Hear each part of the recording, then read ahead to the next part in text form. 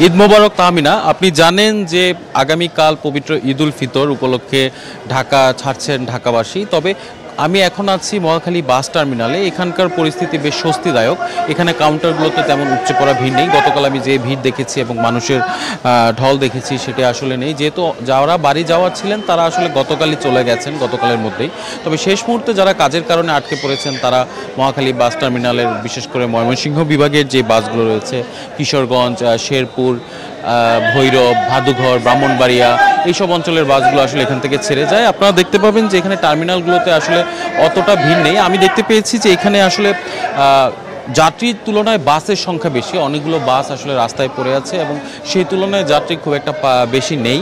আর ভাড়ার ক্ষেত্রে কিছু কিছু ট্রান্সপোর্টের ভাড়া খানিকটা বৃদ্ধি পেয়েছে ঈদ উপলক্ষে।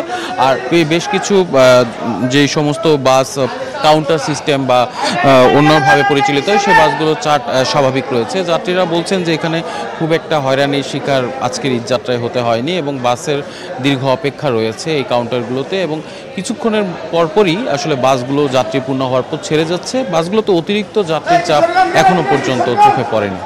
তামিনা। ইফতি, আপনাকে ধন্যবাদ।